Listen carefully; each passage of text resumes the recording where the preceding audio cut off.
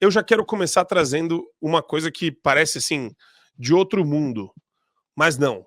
O Lula, a gente vai... essa primeira pauta, ela é internacional, ela vai passar por alguns lugares. O primeiro lugar que eu quero levar vocês, Karina, é o Lula falando que o Putin deve ter o direito de andar pelo mundo. Olha só, defendeu a presença do líder russo na reunião do G20, agendada para os dias 19 e 20 de novembro aqui no Rio de Janeiro. E ele falou que ele tem o direito de andar de forma civilizada pelo mundo. De acordo com o petista, Putin não pode ficar isolado. O chefe do executivo brasileiro também disse que o líder russo deve ter o direito de participar de eventos como o G20. Nessa entrevista para Cristiane Amanpour, da CNN, o Lula disse que o isolamento da Rússia não contribui para a construção da democracia mundial. Tá para nascer uma democracia mundial, hein, Karina? Democracia mundial construída por ditadores de extremíssima esquerda. Não tô nem falando do Putin aqui, tá? Mas eu só acho interessante a construção da expressão democracia mundial. Essa democracia já perdeu até seu valor, né? Ninguém mais fala em democracia nesse sentido, porque não configura a democracia, é óbvio que não. Então, essa palavra aí já está sendo usada, desgastada por todos nós, que ninguém mais aguenta ouvir em democracia, porque perdeu o seu valor da democracia. Mas fácil falar em liberdades, né? Nós temos que defender a liberdade do que é a democracia nesse momento. Agora, que Putin tenha a liberdade para sair aí para fazer suas relações internacionais, já não é um assunto do Lula, né? Não pertence ao Lula esse tipo de decisão, mas sim às grandes cortes e tudo que vem sendo falado e acusado contra o Putin, que ele tem vários, principalmente crimes de guerra que está acontecendo na Ucrânia e tantas outras coisas do que ele foi acusado, que realmente não pertence, não deixa com que ele tenha esse acesso ao resto do mundo para tratar. Mas isso também nunca foi barreira para ele. Nunca foi barreira para ele, porque quando ele quis receber as pessoas de interesse dele, ele recebe ali dentro do Kremlin e está tudo bem, que ele continua fazendo seus acordos de forma normal, não tem nenhum problema em relação a isso. Agora, fazer publicidade do Putin no Brasil não é o caso, né? A gente sabe muito bem que o Lula já fez isso com o Nicolás Maduro, que colocou o tapete vermelho para receber Nicolás Maduro logo no início do ano, que foi um tapa na cara aí de todo mundo, inclusive do próprio Estados Unidos, que tem um mandado de busca de Nicolás Maduro, que está aí no valor de 15 milhões de dólares, que o próprio um grupo de armamentistas nos Estados Unidos sugeriu que Joe Biden aumentasse para 100 milhões, porque aí eles conseguiriam capturar o Maduro, porque 18 milhões para eles é um pouco, né? É pouco, não dá para capturar ele por um preço tão baixo assim. E aí deu no que deu. Nicolás Maduro veio até o Brasil, depois as eleições na Venezuela se revelaram uma grande trapaça mundial, que ficou aos olhos do mundo, aí foi visto como a maior trapaça, a maior fraude eleitoral que aconteceu, que está sendo discutido até hoje. Nicolás Maduro deve assumir mais uma vez aí o seu mandato a partir do ano que vem, mas no decorrer da história muitas coisas estão acontecendo. Vamos ver agora o que vai acontecer também com o Donald Trump em relação a esse fato. Mas como o Donald Trump tem muitas coisas para resolver internamente, eu acho que esse ponto vai ficar para depois. Mas a gente já tem informações também que Donald Trump conversou com Putin em relação à guerra entre a Rússia e a Ucrânia, do qual tinha presente até mesmo o Elon Musk na conversa, assim surgiram as vozes que ele estava presente também nessa conversa, mas de interesse no mundo inteiro que essa guerra cesse. Então, a partir do momento que Putin deixe claro, porque ele é um camaleão, né? O camaleão que se vendeu aí como conservador, muitas pessoas acreditam que Donald Trump é um conservador que está lutando pelas democracias autoritárias e totalitárias deles, enquanto está todo mundo preocupado com essa escalada de guerra ou o que vai acontecer daqui para frente em relação à geopolítica, né? Esse jogo de xadrez aí que vem sendo traçado. Com a vitória do Trump, tudo muda, tudo muda. Veremos quais serão as cenas do próximo capítulo, mas, ao meu ver, o Lula continuará pedindo aí para que seu amigo circule pelo mundo, mas não será ouvido mais uma vez. Eu vejo algumas coisas e eu fico, né, estarrecido de ver a filiação do Lula com ditadores espalhados pelo mundo inteiro e, né, você pega, por exemplo, tem muita gente que faz falsa equivalência disso, então compara o Bolsonaro em 2022, criando laços comerciais depois da pandemia, no auge da guerra lá com a Ucrânia, e o pessoal gosta de falar, tá vendo, mas o Bolsonaro também tem uma relação de proximidade com ditadores. E, na verdade, Gustavo, são diferentes, né? Inclusive os pontos de partida, as conversas, o que é tratado, o que é aberto, o que é transacionado. As coisas não podem ser ou analisadas, né? Ou de alguma forma enxergadas como se fossem unidimensionais, né, Gustavo? Perfeito, Marco. E esse exemplo que tu traz é muito interessante, até para a gente mostrar a grande diferença que existe, né, entre a política externa do presidente Bolsonaro e a política externa do presidente Lula. A do Lula é completamente comprometida do ponto de vista ideológico, né? Então, assim, as relações que ele faz não são no interesse do país, né? Que deveriam ser, né? Elas deveriam ser baseadas no que há de melhor em termos de recursos, de vantagens econômicas para o país, não. É do ponto de vista ideológico.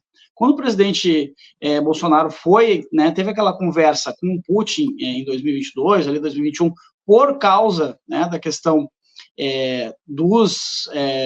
como é que chama? Me fugiu agora o nome.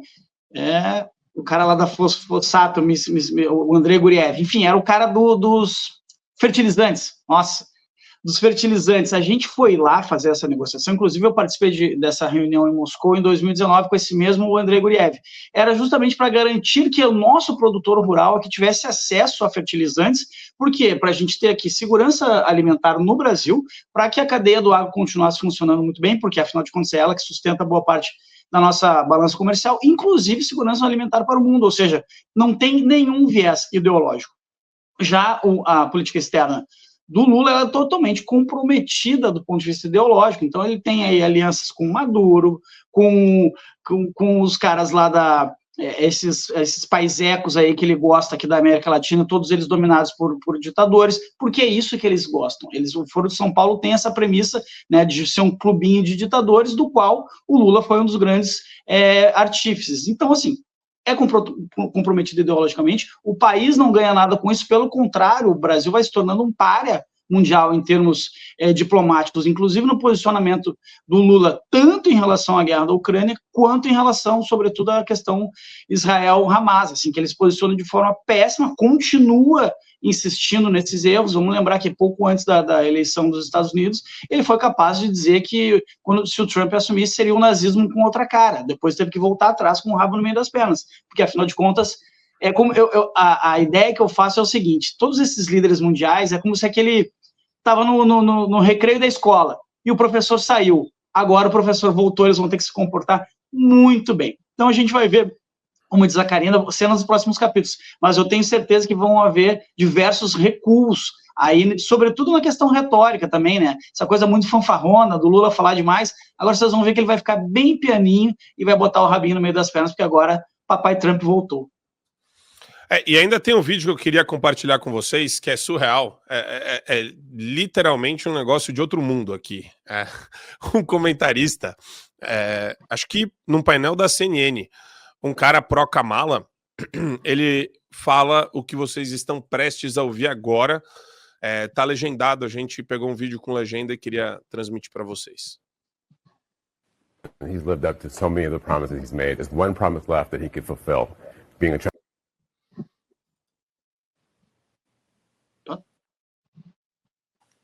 He's been a phenomenal president. He's lived up to so many of the promises he's made. There's one promise left that he could fulfill, being a transitional figure. He could resign the presidency in the next 30 days, make Kamala Harris the president of the United States. Whoa. It would absolve her from being able to from having to oversee the January 6th transition, right, of her own defeat. And it would make sure that it would dominate the news at a point where Democrats have to learn drama and transparency and doing things that the public want to see. Is the time. This is the moment for us to change the entire perspective of how Democrats this operate. has now jumped from an internet meme to a Sunday morning show. Jamal's out here right now. Congratulations. Season of House of Cards. I thought you were going to say, what about the Supreme Court? That's also out there. Well, the Supreme Court might happen. I don't know if it will, but I think this is something that's Eu achei muito, muito engraçado isso, Karine e Gustavo, porque Assim, olha que eu já vi sugestões de derrotados que são bizarras, mas eu acho que essa ganhou o prêmio aí. Superou. Até porque, imagina que o Joe Biden vai renunciar faltando 30 dias para passar aí o mandato para Donald Trump. Não existe. Até porque o Joe Biden ele já foi extremamente penalizado durante essa campanha eleitoral. Ele foi traído, na verdade, pelo Partido Democrata. Ele foi convidado aí a se retirar no 45 minutos do segundo tempo, que a Kamala Harris entra no seu lugar sem eleições, né, sem uma votação dos democratas, foi imposta aí por essa cúpula, pelo Deep State, que a gente chama, né, dos democratas que estão atrás disso. E o Joe Biden se sentiu traído. Então, agora, durante essa campanha com a Kamala Harris, e era nítido o Joe Biden fez mais campanha para o Trump do que para a Kamala. Isso foi claro durante esses últimos meses aí da campanha eleitoreira nos Estados Unidos. Até porque o último episódio que nós vimos foi a Jill Biden, que é a esposa de Joe Biden, que foi votar toda vestida de vermelho, ou seja, com as cores republicanas, que isso também levantou uma dúvida que a ex-primeira-dama, que ainda é em Cárica, né, ainda está no cargo, tivesse votado para Donald Trump. Biden também coloca o chapéu da MAGA, né, Make America Great Again, durante um comício, também fez isso. Então, assim, e quando Biden ofende Donald Trump, né, no último momento ali da sua campanha, que xinga o Trump pede para que os seus eleitores e os seus apoiadores o perdoassem. Ou seja, é claro que Joe Biden foi traído nessa altura do campeonato ali pelos democratas. Isso, para ele, é uma traição que custará muito para engolir isso daí. Ele não vai engolir isso tão cedo. E é óbvio que ele jamais vai passar o bastão aí dos últimos 30 dias para Kamala Harris, nem que essa esquerda radical woke, que são completamente fora e desconexas com a realidade, pensem e falem, né? Falem na CNN uma coisa do gênero, até mesmo as próprias pessoas que estavam ali na bancada ficaram surpresas com esse tipo de sugestão aí dada por essa pessoa. Mas isso jamais aconteceria, e muito pelo contrário, o Partido Democrático está morto, enterrado, e agora, para desenterrar esse Partido Democrático, eles vão ter que se reinventar, e vai ser uma tarefa difícil, se eu não dizer impossível, para eles nos próximos anos. E foi exatamente nessa linha, Karina, que o comentário do cara se deu, né? Nós precisamos aproveitar essa oportunidade. Bom dia, Adriele Jorge. Bom dia, Marco Antônio, Karina, Gustavo. Bom dia a todos.